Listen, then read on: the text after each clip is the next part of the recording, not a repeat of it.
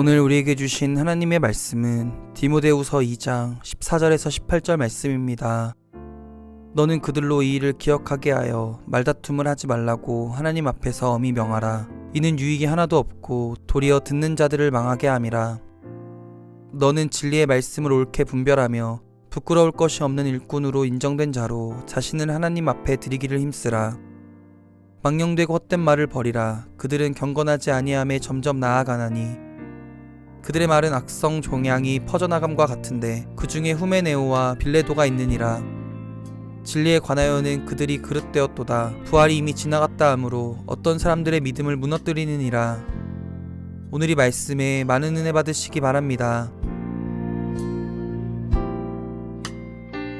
디모데후서는 이제 바울 사도가 영적인 아들과 같은 사랑하는 아들이라고 표현한 디모데에게 이러이러한 목회자가 되어라. 또 이렇게 교회를 섬기는 그러한 그리스도인이 되어야 한다 하고 권면하는 형식을 이제 취하고 있습니다. 그래서 바울하고 디모데의 관계를 생각해 보면 바울이 특별히 마음 가운데 디모데를 향해서 어떤 기대하는 그림, 말하자면 디모데가 이런 목회자가 되었으면 좋겠다 하는 것들을 아주 분명하게 가지고 있는 것을 볼 수 있는데, 우리가 오늘 읽은 이 부분 14절로부터 18절까지 해서 좀 중요한 어떤 단어나 또 중요한 구절을 고르자면 15절에 있는 말씀, 부끄러울 것이 없는 일꾼으로 인정된 자로라는 표현이 있습니다. 맞아요. 바울은 디모데가 부끄러울 것이 없는 일꾼 되기를 마음 가운데 원했던 것 같습니다. 특별히 이제 일꾼 하면 일하는 사람이죠. 그 일하는 사람을 분류할 때 유능한가 무능한가, 오늘 우리의 잣대는 능력이거든요. 그래서 유능한 사람, 무능한 사람 이렇게 분류했는데, 바울의 서신들을 가만히 보면 부끄러울 것이 있는 사람, 즉 부끄러운 일꾼이 있고 부끄러움이 없는, 수치가 없는 일꾼이 있다, 이렇게 가르는 것을 보게 됩니다. 그래서 바울은 디모데가 부끄러움이 없는 일꾼으로 인정받기를 원했습니다.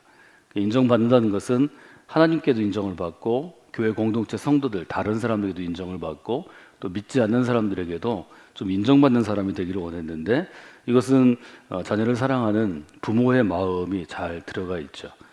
여기 인정됐다 하는 것은 어떤 뜻인가 하면, 이것은 이제 금속을 일종의 순수한 금속으로 뽑아내는 것, 정련이라는 단어를 쓰는데, 금속을 잘 우리가 도가니에 넣고 불순물을 다 제거하고 또 금속 중에서 순수한 금속, 예를 들어 금이나 은이나 하는 것들을 남기는 것을 의미합니다. 그래서 이것은 아주 뜨거운 도가니, 온도가 1000도, 1200도 되는 도가니에다가 금속을 넣고 끓이기 때문에 어떤 사람을 일정한 시험을 하거나, 혹은 우리가 쓰는 한자어 중에 연단하다 그런 뜻이 있는데, 계속해서 금속을 끓여서 좀 이것들을 순수하게 뽑아내는 경우도 있고, 또 이제 쇠를 가지고, 좋은 쇠를 가지고 어떤 도구를 만들 때, 또 아니면 또 호미 같은 걸 만들든지, 아니면 전쟁 도구인 칼을 만들든지 아주 여러 번, 수십 번, 수백 번 이것을 쇠에 달구었다가 또 망치로 때리고 또 달구었다 때리고 하면 점점 단단해서 단단하게 이제 금속이 되는데, 그때 쓰인 단어 중에 하나입니다. 사람을 만약에 이렇게 금속처럼 정련하자면, 이것은 여러 가지 사람을 다듬는 요소들이 있잖아요. 그래서 그 요소들이 일정한 과정, 또 우리가 시험이라고 불리우는 일정한 시험을 거쳐서 더 잘 순수하고 또 단단한 그러한 금속으로, 쇠로 이제 잘 정제되어진 그러한 상태를 의미한다고 볼 수 있습니다. 그래서 바울은 디모데가 여러 상황 가운데서 믿음을 가지고 복음의 사람으로 진짜 복음을 붙잡고 그것들을 이해하고 해석하고 가르치는, 전달하는 과정을 통해서 부끄러울 것이 없는 하나님의 일꾼이 되는 것, 이것을 아주 귀하게 생각했다는 것을 여러분이 한번 돌아보시면 좋겠습니다. 오늘 우리가 생각할 것은, 그러면 디모데가 부끄러울 것이 없는 일꾼이 되려면 어떻게 해야 되는가 하는 거죠. 바울은 디모데를 향해서 이렇게 권유하지는 않습니다. 바울과 디모데의 관계는, 바울은 이제 나이가 원숙한 그 당시에 최고의 목회자였고, 디모데는 젊은 이제 바울에게 목회를 배우는 사람이었기 때문에 아주 강력하게 명령합니다. 너는 이러이러하게 행해야 한다. 그래서 디모데 전서 후서를 보면 바울은 명령을 분명히 합니다. 너는 꼭 이렇게 해야 된다. 이런 사람이 돼야 한다. 이런 목회자가 돼야 한다. 또 이런 교사가 돼야 한다. 이런 그리스도인이 돼야 한다 하는데요. 세 가지를 좀 기억하시면 좋겠습니다. 첫째, 바울이 디모데에게 명령하는 것은 첫째는 말다툼을 하지 말라 하는 것입니다. 14절에 보면 너는 그들로 이 일을 기억하게 하여 말다툼을 하게 하지 말아라. 맨 처음에 나오는 것이 말다툼에 대한 얘기가 나왔다는 얘기는 그 당시 사회나 그 당시 교회 가운데 말다툼이 굉장히 많았겠다 하는 생각을 우리가 하게 됩니다. 영어 성경은 fighting with words입니다. 그래서 말로 싸우는 것, 말싸움 우리가 얘기하잖아요. 바울이 왜 말싸움에 민감할까? 그것은 바울이 말싸움 하는 사람이었기 때문입니다.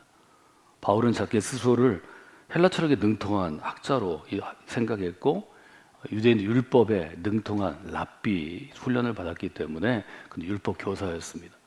말싸움을 해서 지고 싶은 마음이 전혀 없는 게 바울의 젊은 시절입니다. 그래서 바울은 아마 주변의 사람들과 말싸움하는 걸로 하루를 시작해서 하루를 끝냈을 가능성이 많습니다. 그런데 이런 바울이 예수님의 손에 붙잡혀서 이방인의 사도로 부르심을 받은 다음에 자기의 논리와 말주변, 말재주로는 사람의 마음을 얻을 수 없다는 것을 배우게 됩니다.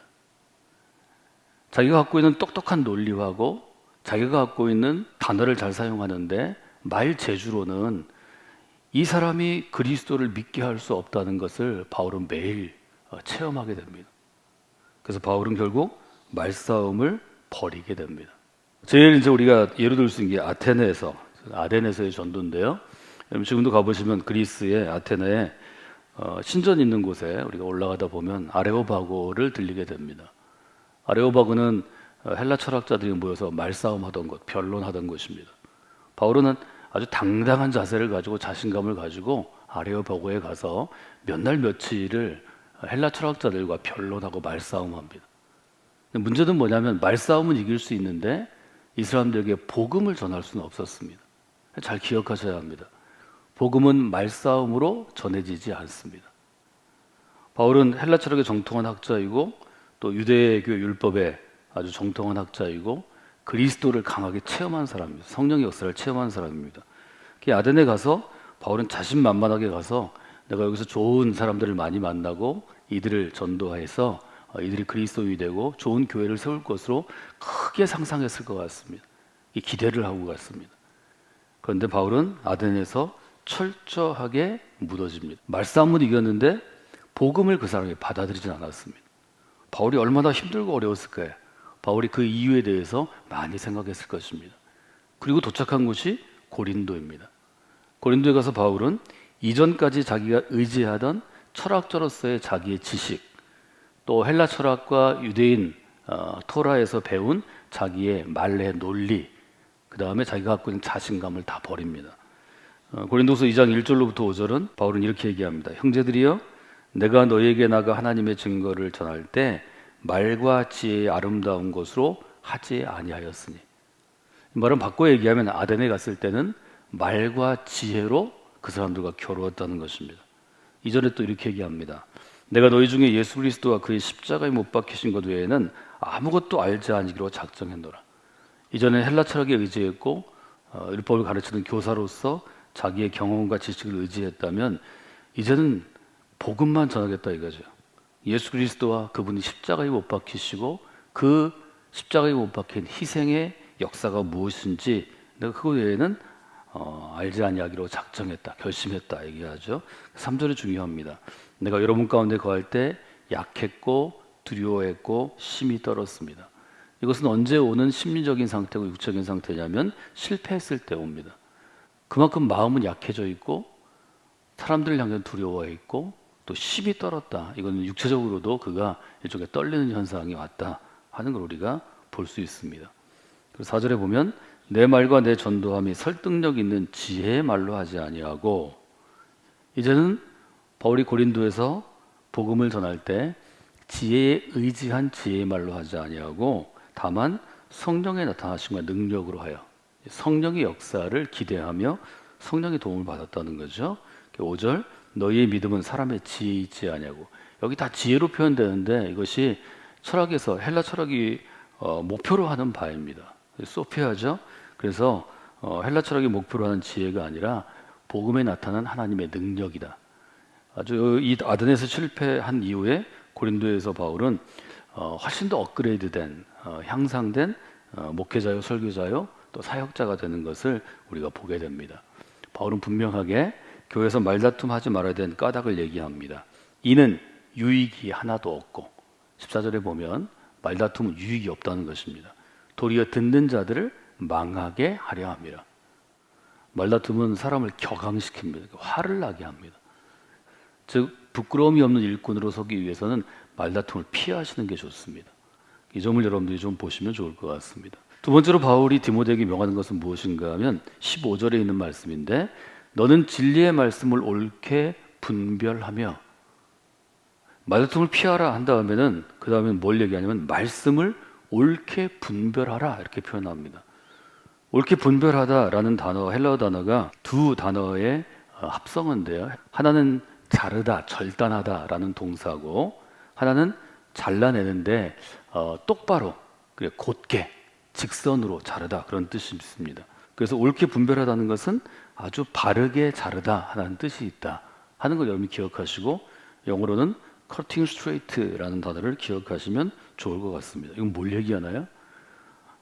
바울이 늘 싸웠던 것은 거짓 교사들입니다. 바울이 전한 복음, 바울이 전했던 진짜 복음, 바른 복음에 뭘 자꾸 물타기를 해서 사람들을 아주 왜곡시켰습니다.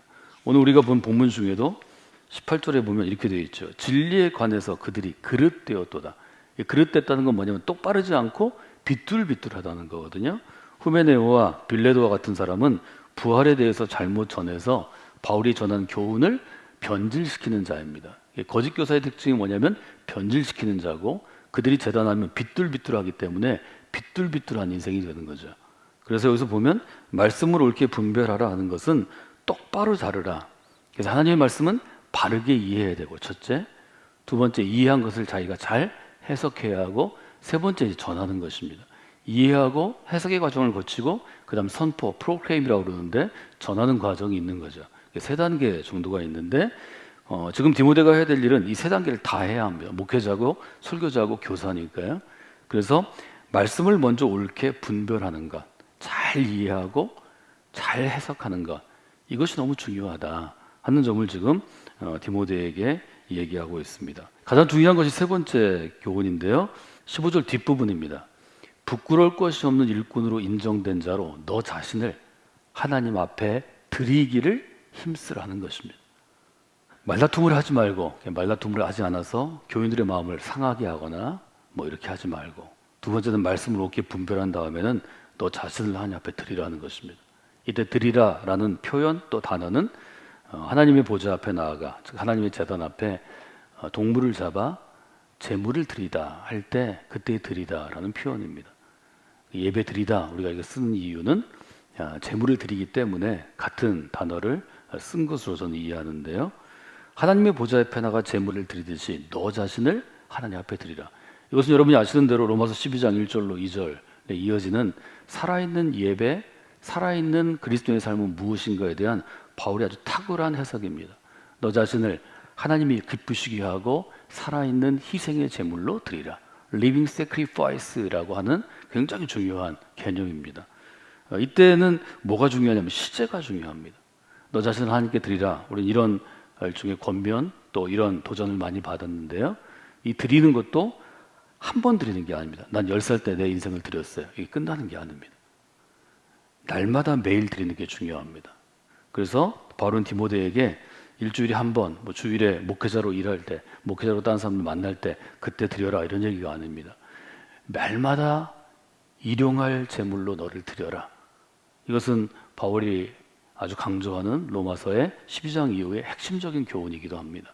이 점을 여러분들이 마음 가운데 두시고 오늘 기도하시면 좋을 것 같습니다. 세 가지 여러분 기억하시면 좋겠습니다. 첫째는 말다툼을 하지 말라. 이것이 첫 번째 교훈이고, 두 번째는 말씀을 옳게 분별하라 하는 것이었고, 세 번째는 자신을 하나님 앞에 드리는 것을 힘써야 한다 하는 내용이었습니다.